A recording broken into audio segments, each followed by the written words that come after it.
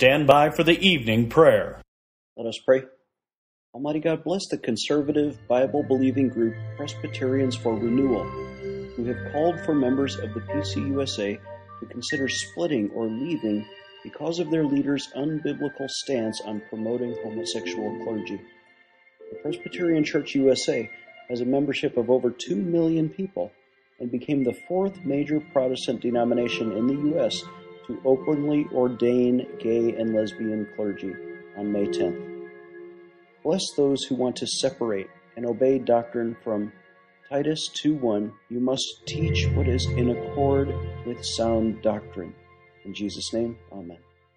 This is former Navy Chaplain Klingenschmitt.